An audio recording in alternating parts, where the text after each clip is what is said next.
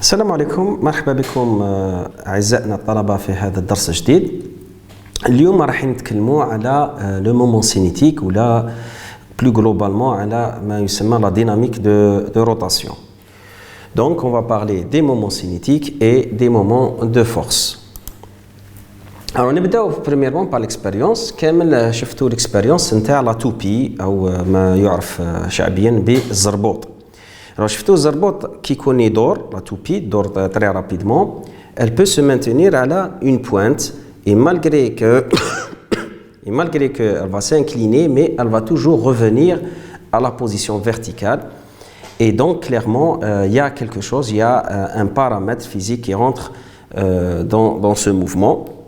Deuxième expérience que je voulais vous faire voir.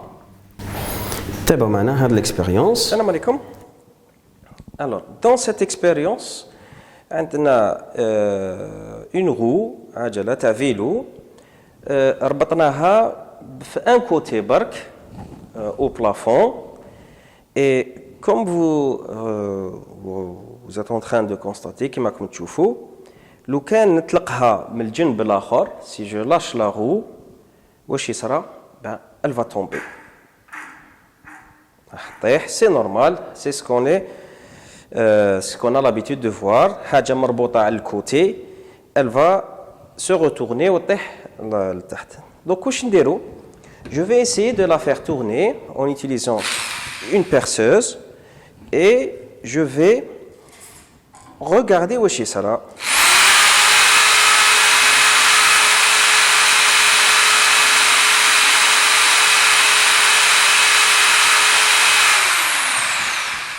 Je lâche la roue ما تطيحش malgré que راهي محكومة على un seul côté.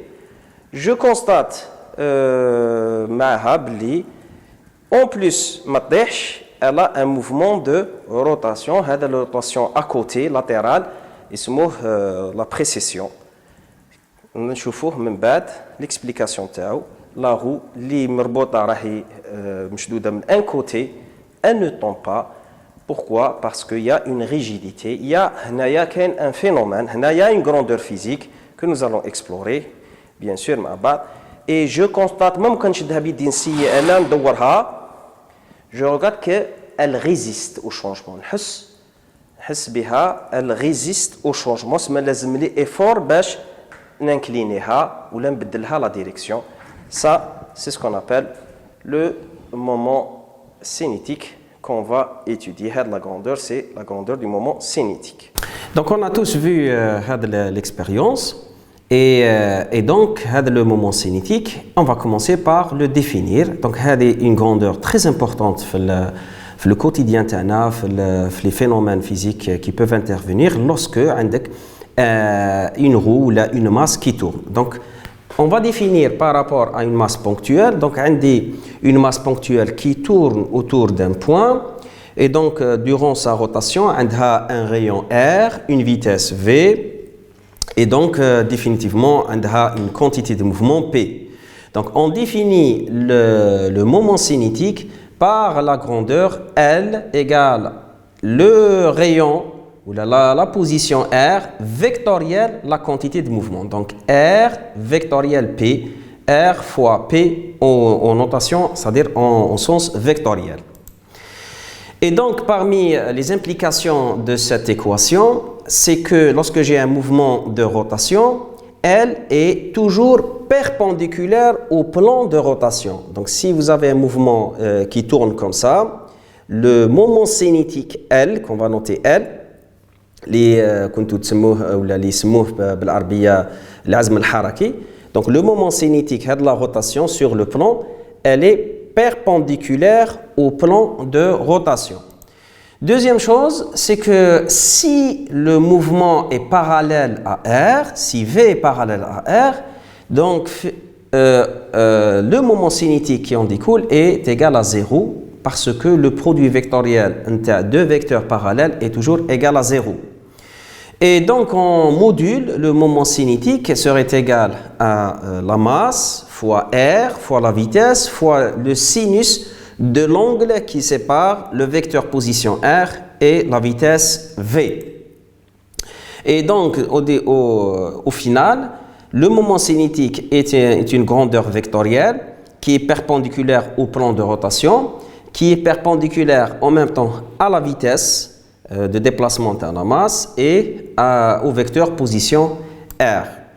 Et donc, qui va s'écrire, finalement, P, je le développe comme étant M fois V. Le M, je ne facteur commun.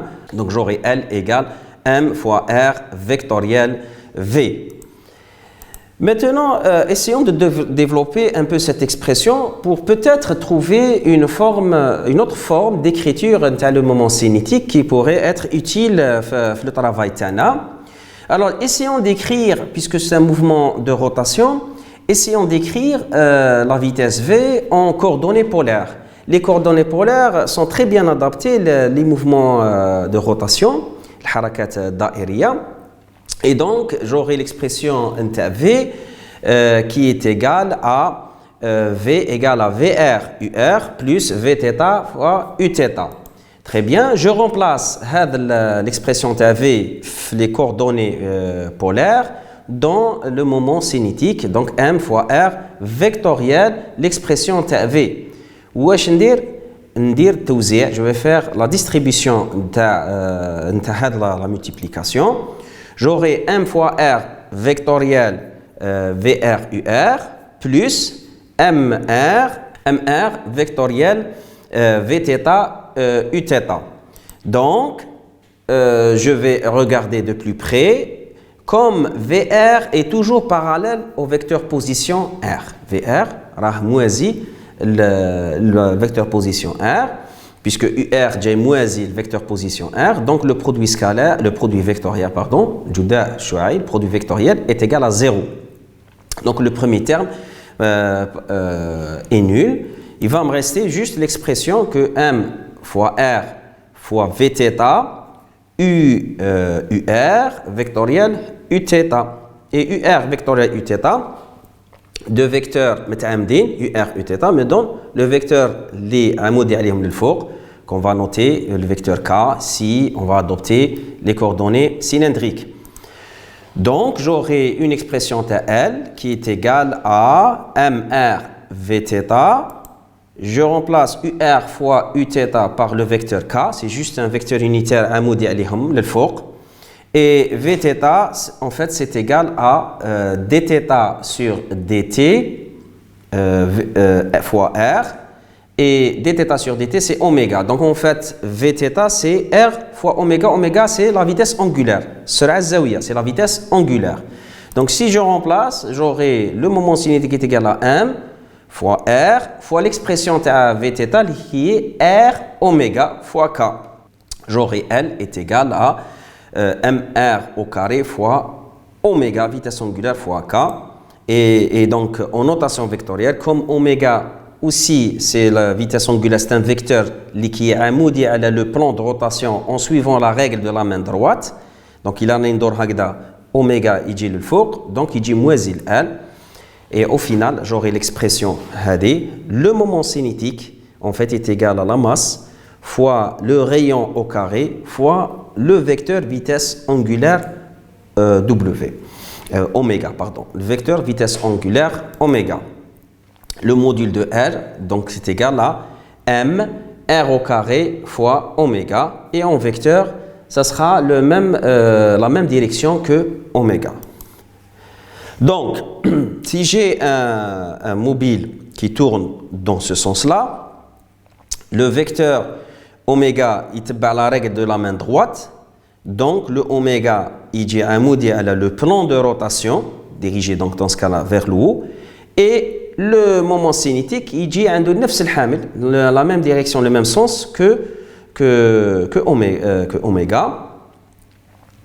Et donc, il sera juste proportionnel à lui et c'est égal à M fois R au carré fois oméga. Il le dépasse de MR au carré. Si le mobile change de rotation, il tourne dans le sens inverse, je garde toujours la règle de la main droite, je mets ma main dans la direction de rotation et donc les vecteurs oméga et L seraient dirigés vers le bas, perpendiculaires au plan de rotation. Alors, parlons un peu de théorème du moment cinétique. Dans le théorème des moments cinétiques, calculons la dérivée de L, la dérivée du vecteur moment cinétique. Donc, je dérive l'expression du moment cinétique, c'est dérivé de R vectoriel P. R vectoriel P, donc je distribue la dérivation de la dérivée du premier fois le second plus le premier fois la dérivée du second. Et donc, j'aurai dérivée de R fois P plus vecteur position R fois la dérivée de P. Alors, clairement, la dérivée de R par rapport au temps, la dérivée du vecteur position, ce n'est autre que la vitesse. Et la quantité de mouvement P est égale à M fois V. Donc, dl sur dt, la dérivée est égale. Le premier terme, c'est M fois V vectoriel V. Et V vectoriel V, c'est deux vecteurs qui sont parallèles, donc le produit vectoriel est égal à 0. Donc, il va me rester uniquement le deuxième terme. Le deuxième terme, c'est R vectoriel, la dérivée de la quantité de mouvement. Et la dérivée de la quantité de mouvement, ce n'est autre que la force. Donc, j'ai au final la dérivée du moment cinétique, la variation du vecteur moment cinétique est égale à R vectoriel la force. Ceci n'est autre que le moment des forces. Azm al-Quwa, ce n'est autre que le moment des forces. Le moment des forces est un vecteur qui est défini par le bras ou la R vectoriel, la force qui est appliquée. Donc pour comprendre c'est quoi le moment des forces, on a une barre qui s'appuie sur un pivot. D'accord? Avec le pivot, la barre. Donc la barre, elle peut tourner sur ce pivot-là. Et donc la longueur de la barre à partir du pivot de rotation est égale à vecteur R. Donc le moment des forces est défini par R vectoriel une force. Donc n'existe que si j'applique une force à une distance donnée. Et donc elle est égale à R vectoriel F et le module du moment cinétique, le moment des forces, le module des moments des forces égale R fois le module de F fois sinus, l'angle qui sépare le R avec la force. Donc dans ce cas-là, si j'applique une force comme ça vers le bas, qui fait un angle θ avec le bras de notre levier, d'accord, et j'applique une force comme ça, clairement, j'applique la règle de la main droite, R vectoriel F, j'aurai un moment cinétique qui est rentrant par rapport au tableau. Donc c'est pour ça que j'ai le moment cinétique dirigé vers l'intérieur. Et donc le module de ce moment de force, le module de ce moment de force est égal à R fois la force F fois sinus de l'angle qui sépare R et F, et l'unité θ, c'est le newton-mètre. Par exemple, on a une porte. Je veux ouvrir cette porte. Donc, si pour ouvrir cette porte, sur la poignée qui est distante de 1 mètre à les pommelles, si j'applique une force de 1 newton pour ouvrir cette porte, il va me falloir 2 newtons si je l'applique à une distance qui est égale à la moitié de la distance initiale. Donc si je prends la porte, me centre taha pour l'ouvrir, il va me falloir le double par rapport à ce que si j'ouvre la porte à partir de la poignée, plus R diminue, plus la force doit augmenter pour avoir le même moment de force. Et dans ce cas-là, si j'applique la règle de la main droite, j'aurai un moment de force qui est parallèle à l'axe de rotation de la porte. Donc j'aurai, la porte, elle s'ouvre comme ça, donc R, alors R, je ferme à la F, donc R, F, j'aurai le moment de force vers le bas. La règle de la main droite, R, la force est comme ça pour ouvrir la porte, voilà. Et j'aurai le moment de taux qui est dirigé vers le bas, parallèle à l'axe les pommelles à la porte. Le sens contraire, si je ferme cette porte-là, donc si je ferme cette porte, j'applique une force F avec un angle θ par rapport à la porte. Donc j'aurai un moment de force, cette fois-ci, puisque c'est le sens contraire, dirigé vers le haut. Et la quantité de ce moment de force est égale à F fois R fois le sinus de l'angle qui les sépare. Si je suis à 90 degrés, θ égale 90, sinus 90 est égal à 1. C'est la meilleure façon, c'est d'avoir une force perpendiculaire le bara اللي كتدور فيه. Donc pour avoir le couple le plus élevé possible. Plus θ diminue, plus le sinus diminue, jusqu'à être égal à 0 si la force est parallèle à R. Et donc, je ne peux pas ouvrir la porte si j'applique une force parallèle à l'axe inter la porte. Parce que je ne peux pas la faire tourner. Et donc, le moment de force est égal à 0 parce que θ égale à 0. Donc ici, je calcule l'angle que fait F avec l'axe inter notre bras. Le θ va rentrer dans le calcul inter le moment de force. Alors, je retrouve la même chose pour ouvrir, par exemple, un boulon. Pour ouvrir un boulon, il me faut appliquer un moment donné, un moment de force donné. Et donc, j'ai une clé qui a une distance D, par exemple, et j'applique une force. Si le couple, ou le moment de force que j'applique, tant de newtons multiplié par la distance, le bara, le D, ne suffit pas, alors je dois augmenter le moment de force. Je ne peux pas augmenter ma force. J'augmente la distance D en faisant un bras de rallongement. Alors pour rappel, ici, le moment de la force, il est rentrant. C'est essayer d'utiliser la règle de la main droite pour trouver que le moment de force, dans ce cas-là, il est rentrant. Donc par exemple, ici, ça c'est un bras de force. On augmente la distance D pour augmenter le moment de force et donc pouvoir ouvrir un boulon même si il a besoin d'un couple ou d'un moment de force très élevé. Donc moment de force très élevé, soit j'augmente la force, soit j'augmente la distance R.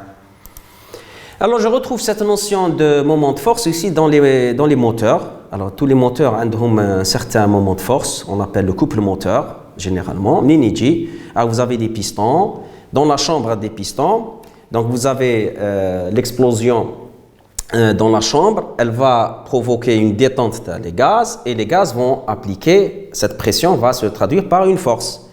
Donc la force va appliquer le piston et il y a un petit bras dans l'axe du moteur qu'on appelle le vilebrequin. Et donc F fois cette petite distance me donne un moment de force qui se traduit par ce qu'on appelle le couple moteur. Et chaque moteur, que ce soit électrique ou moteur thermique, ils ont cette valeur de couple moteur. Dans les moteurs thermiques, cette valeur varie en fonction du tour minute, ça dépend le régime de la voiture. Mais l'essentiel, elle applique un moment de force par le biais d'une force fois une distance R. Alors je prends un exemple, une Clio 4 développe, c'est les fiches constructeurs qui le disent, elle développe un couple moteur ou un moment de force, le moteur TAHA, d'environ 220 Nm à un régime de 1750 tours minute. Alors, ce couple, ce moment de force, à travers un certain engrenage des pignons, va être transmis aux roues et il va lui donner une accélération. Il va être transmis par une force. Cette force va donner une accélération à la voiture. Dans ce cas-là, dans la Clio 4, cet exemple, elle a une accélération entre 0 et 100 km à l'heure en seulement 11,6 secondes. Donc on peut calculer l'accélération moyenne, delta V sur delta T. Donc elle passe de 0 à 100 à l'heure en 11,6 secondes. D'accord. Faisons une comparaison avec une autre voiture. Cette fois-ci, je prends une BMW X1 20D. Eh bien, le constructeur me dit que parmi les moteurs qui existent dans cette série, il y a un moteur qui peut développer un couple moteur de 200 Nm. Donc 200 Nm, c'est le couple moteur qui peut développer à 1750 tours minute, bien sûr, c'est le couple maximum. Ce qui va donner à la voiture une accélération de 0 à 100 à l'heure en seulement 7,8 secondes, au lieu des 11,6 secondes de la Clio. Moteur avec plus puissant, qu'est-ce que ça veut dire? Il développe un couple plus important. Le couple se traduit par une force et cette force lui donne une accélération. Et l'accélération moyenne entre 0 et 100 à l'heure est calculée est faite cette accélération en seulement 7,8 secondes. Regardons un autre exemple. Une Bugatti de type Veyron peut développer un moteur qui développe un moment de force de 1500 Nm. C'est impressionnant comme moment de force. Ceci lui donne une accélération entre 0 et 100 à l'heure en seulement 2,5 secondes. Couple important, force importante, accélération importante. Bien sûr, ce couple, je peux aussi l'augmenter ou le diminuer parce que entre le moteur et les roues, il y a un certain nombre d'engrenages. Parmi ces engrenages, on passe par ce qu'on appelle une boîte à vitesse. Une boîte à vitesse, il y a des pignons de différents diamètres. Et les pignons de différents diamètres vont me permettre soit d'augmenter le couple moteur, soit de le diminuer. Si je suis dans un régime et que je vois que ma voiture manque de force, là, clairement, le couple que le moteur est en train de développer est insuffisant pour ce que je lui demande. Donc, qu'est-ce qu'on va faire? On va rétrograder les vitesses, on va changer le diamètre des pignons à travers la boîte à vitesse et ce qu'il va faire va augmenter le couple moteur. Mais si j'augmente le couple moteur, je réduis la vitesse et vice-versa. Si j'augmente la vitesse de la voiture, je réduis le couple moteur, le couple qui est appliqué sur les roues. Le couple qui est appliqué sur les roues, pas le couple moteur. Le couple moteur, je vais soit le multiplier pour le transmettre aux roues, soit le diviser pour le transmettre aux roues. Si j'augmente le moment de force, je réduis la vitesse de rotation. Si au contraire j'augmente les rapports de vitesse, je réduis le moment de force. Donc pour les rapports de vitesse élevés, j'ai un petit moment de force. Pour les rapports de vitesse faibles, j'ai un grand moment de force. Alors, étudions maintenant le cas d'une rotation d'un objet, d'une masse, autour d'un point central sous l'effet d'une force centrale, comme l'exemple de la Terre qui tourne autour du Soleil et qui peut être n'importe quelle masse qui tourne sous l'effet d'une force centrale. Par exemple, une masse, je l'accroche à un fil et je la fais tourner autour d'un point central. Alors, il est clair que ici, le moment de force qui est égal à R vectoriel F est égal à 0. Pourquoi? Parce que F est parallèle à R. Et le produit vectoriel de deux vecteurs qui sont parallèles est clairement égal à 0. Donc, dans une force centrale, le moment de force est égal à 0.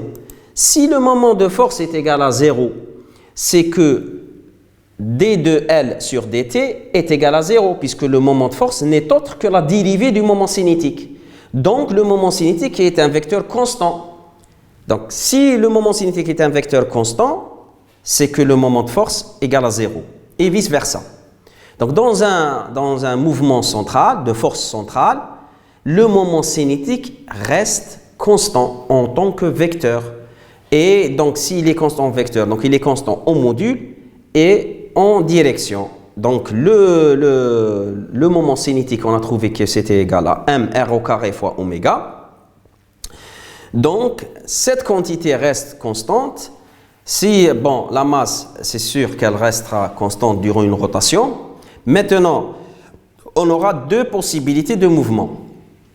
Soit, c'est un mouvement circulaire, donc si R reste constant, le oméga aussi doit rester constant. Donc, on est dans le cas d'un mouvement circulaire uniforme. C'est l'une des orbites possibles des satellites ou des corps célestes, c'est d'avoir un mouvement circulaire uniforme. Maintenant, si j'ai une orbite elliptique, donc, si R diminue, le oméga augmente, de sorte que R au carré fois oméga doit rester constante parce que L doit rester constante parce que le moment des forces est égal à 0 parce que R vectoriel F est égal à 0 parce qu'ils sont parallèles. Et donc, ceci a été clairement observé par Kepler avant que la théorie ne soit établie. Et qu'est-ce qu'il a observé par sa lunette? Que les airs balayés par une planète durant des intervalles de temps identiques restent identiques. C'est-à-dire, lorsque la planète se trouve Donc déjà la première chose, il a remarqué qu'on n'est pas obligé d'avoir une orbite circulaire, on peut avoir une orbite elliptique comme celle-là. Et d'autre part, quand c'est une orbite elliptique, si la planète se trouve à un point éloigné du Soleil ou du point central, eh bien sa vitesse, elle diminue. Et si elle est proche, sa vitesse augmente de sorte que l'air qu'elle va balayer, reste toujours identique. Reste identique par rapport aux mêmes intervalles de temps.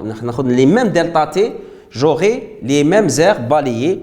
Et donc, si elle est proche, pour avoir la même quantité d'air balayé, elle doit forcément avoir une vitesse angulaire beaucoup plus grande. Donc, si R diminue, oméga augmente, elle est beaucoup plus rapide dans la zone rouge que dans la zone bleue.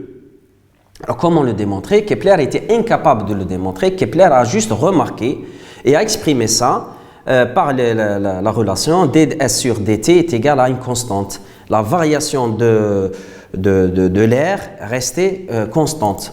Donc, grâce à la notion du moment cinétique, on peut prouver ça. Alors, si j'ai une planète, par exemple, je prends Terre, dans une première position et après un intervalle de temps dt, elle se trouve dans la deuxième position, durant dt, elle aura balayé un petit angle dθ.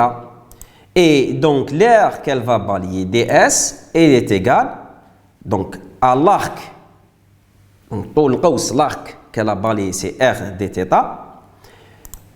Et la distance r, je vais assimiler cette surface à un triangle.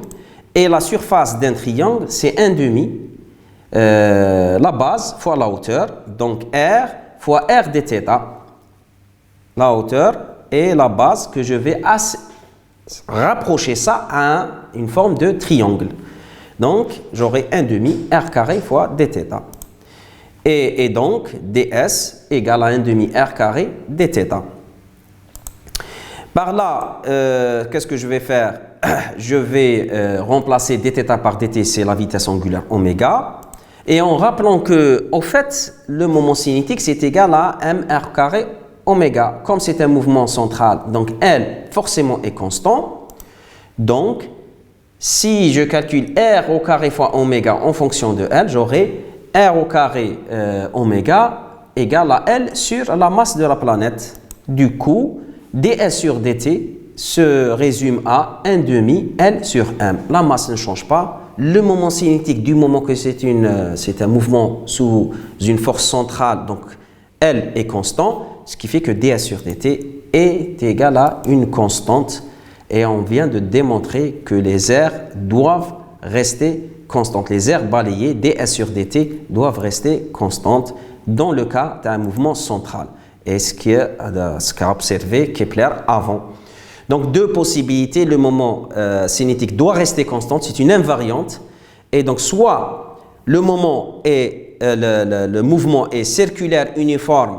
Donc, L égale à m, r au carré oméga. R ne change pas, oméga ne change pas.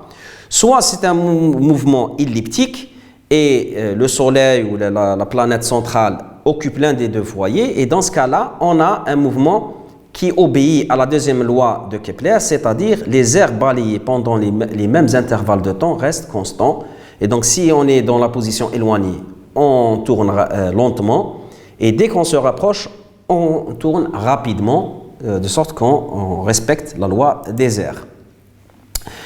Alors, qu'en est-il des corps solides? Alors, un corps solide est un assemblage de plusieurs masses. Et lorsqu'il tourne, chaque masse a une distance donnée du centre de rotation. Chaque élément de ce corps solide aura un moment cinétique qui est égal à mr au carré fois oméga. Pour avoir le moment cinétique total du solide, il faut faire la somme de tous les éléments de masse, tous les grains qui le composent. Et donc, si c'est continu, je peux... je sais que tous les éléments qui tournent d'un solide ont la même vitesse angulaire, le même oméga, 9 sur Azawiya.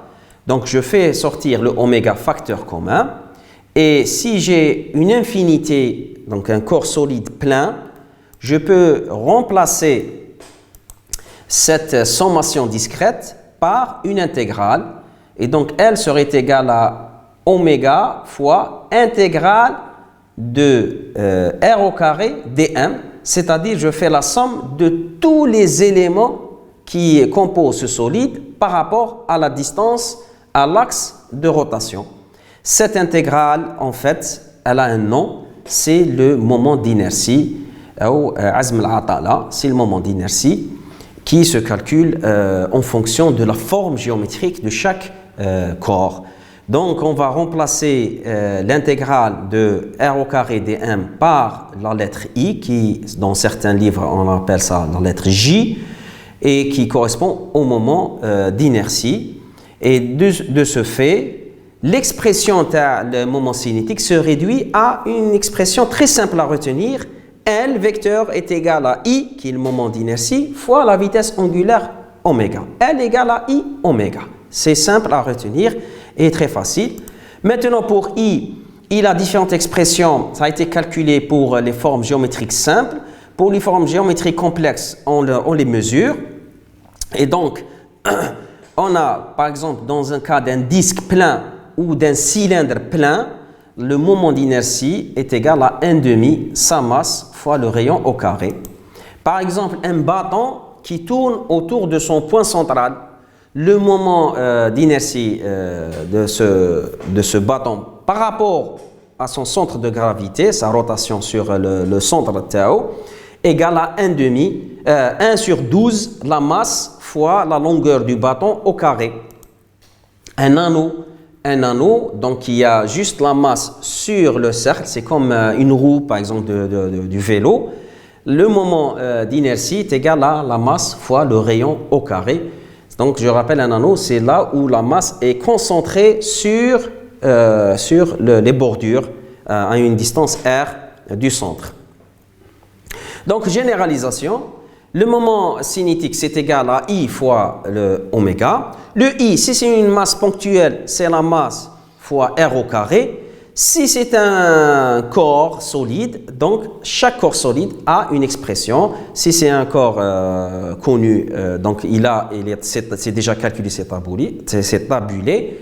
Sinon, on le calcule expérimentalement. Donc le I, c'est un facteur propre à la géométrie du corps. Et donc, si je dérive dl par rapport à dt, donc c'est égal à I, l'inertie, fois d oméga sur dt. La dérivée du moment cinétique, c'est le moment de force. Et la dérivée de oméga, c'est la vitesse angulaire, la dérivée de la vitesse angulaire oméga donne l'accélération angulaire. Et donc, je retrouve une expression un peu similaire à la deuxième relation fondamentale de la dynamique, qui est le moment de force est égal à l'inertie fois l'accélération angulaire. Le moment de force est égal à I fois alpha. Au lieu de F égale à M fois A, F égale à M fois A, c'est appliqué lors des déplacements rectilignes. Mais lorsqu'on a des systèmes rotatifs, des disques qui tournent, on applique la relation les moments de force appliqués sur le disque est égal à l'inertie de ce disque fois l'accélération angulaire de ce disque. Donc, première loi, si le moment cinétique est égal à une constante, si le moment cinétique est constant, on prend l'exemple d'une constante non nulle, c'est que le moment de force est égal à 0. L constant, le moment de force forcément est égal à 0. Et donc, on a deux possibilités. Si c'est une masse ponctuelle, on a deux possibilités si c'est une masse ponctuelle.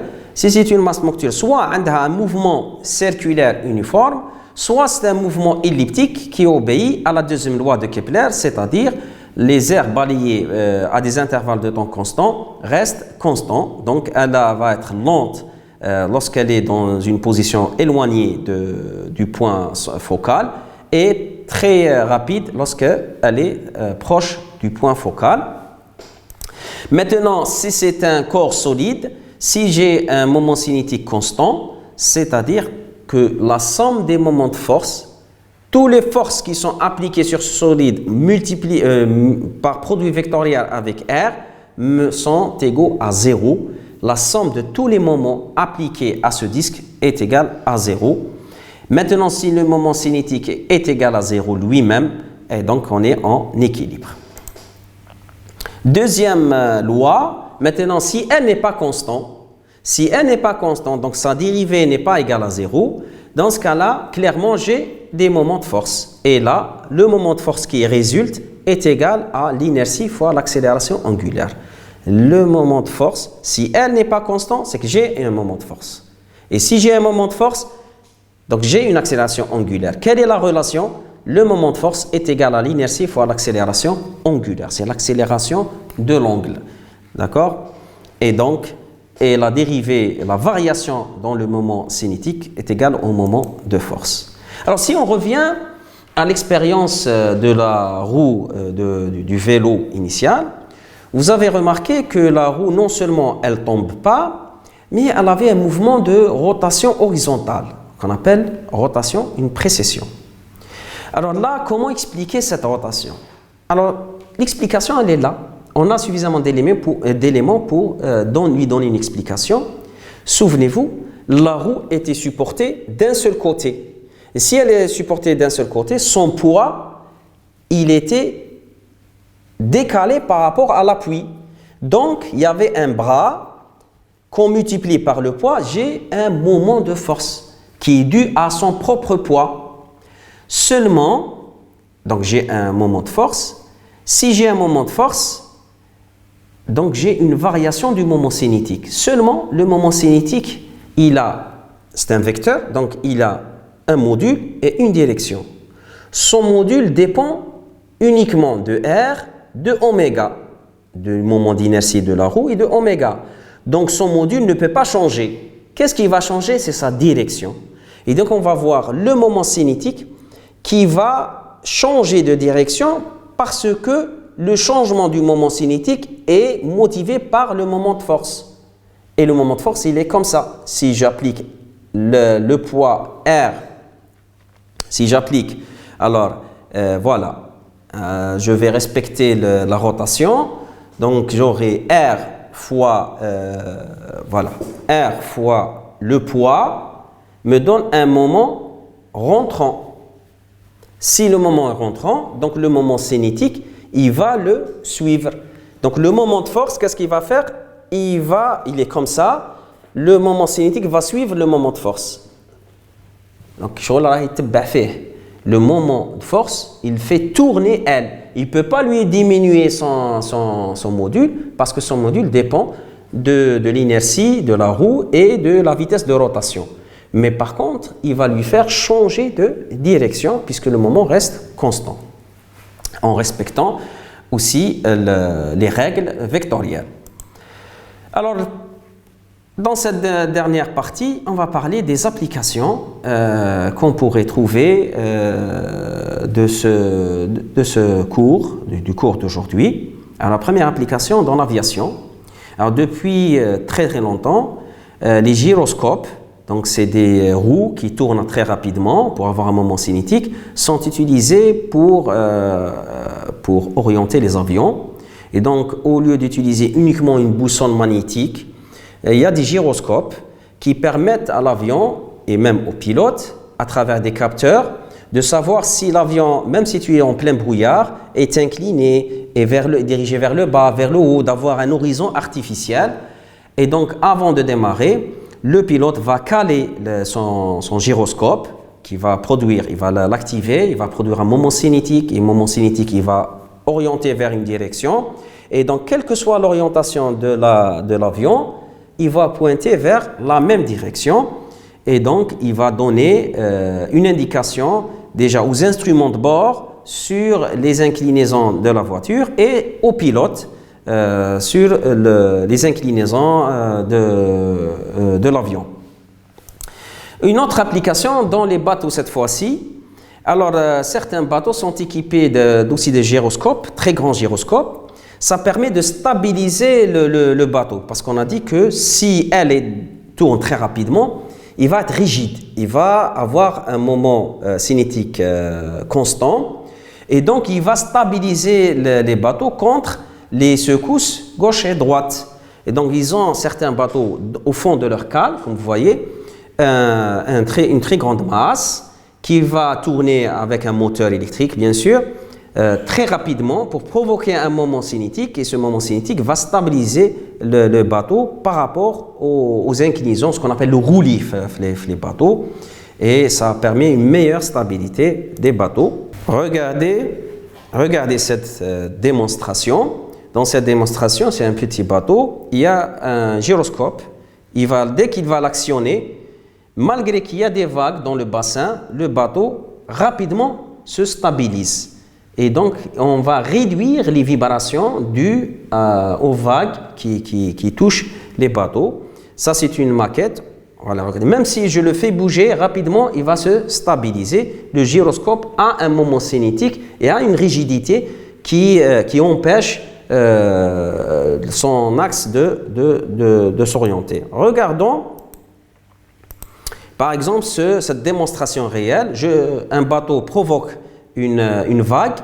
Le bateau qui est à côté l'un des bateaux a un gyroscope activé, l'autre il a un gyroscope désactivé. C'est le même bateau. Regardez, celui qui est à gauche reste stable, il monte et descend, mais celui de droite, regardez comment il balance le roulis. Pourtant, c'est la même vague qui a frappé les deux bateaux, et on voit à combien le gyroscope qui est à l'intérieur stabilise les vibrations dues aux vagues au bateau, donc qui confère une meilleure stabilité et moins de dangerosité. On revient, regardez, dans l'autre côté, le bateau qui a le gyroscope éteint, regarde comment il balance, un peu dangereux, l'autre reste stable. Une autre application du moment cinétique, cette fois-ci dans les armes, il y a deux types de canons dans les armes, que ce soit les fusils ou les canons. Il y a ce qu'on appelle les canons lisses et les canons rayés. Alors, qu'on les appelle rayés parce qu'ils ont fait une rainure sous forme de cercle elliptique, de sorte que lorsque la balle elle sort, elle adopte un profil de rotation. Donc, elle va tourner autour d'elle-même, provoquant la création d'un moment cinétique. Et donc, la trajectoire du projectile va être beaucoup plus stable et moins sensible les vents, les perturbations climatiques, et donc elle va stabiliser sa trajectoire. Et vous voyez le canon, par exemple le canon de ce tank, la forme des rainures, donc elle est elliptique, et là vous avez une coupe du canon. Comment c'est elliptique? Pour que la balle, dès qu'elle sort, elle sort avec une rotation, et cette rotation lui donne un moment cinétique, et le moment cinétique va stabiliser la trajectoire de la balle et lui donner une meilleure précision dans le tir. Donc sur ce se termine notre cours. J'espère qu'il n'a pas été long, n'a pas été compliqué, et on se retrouve la prochaine fois. Je vous remercie.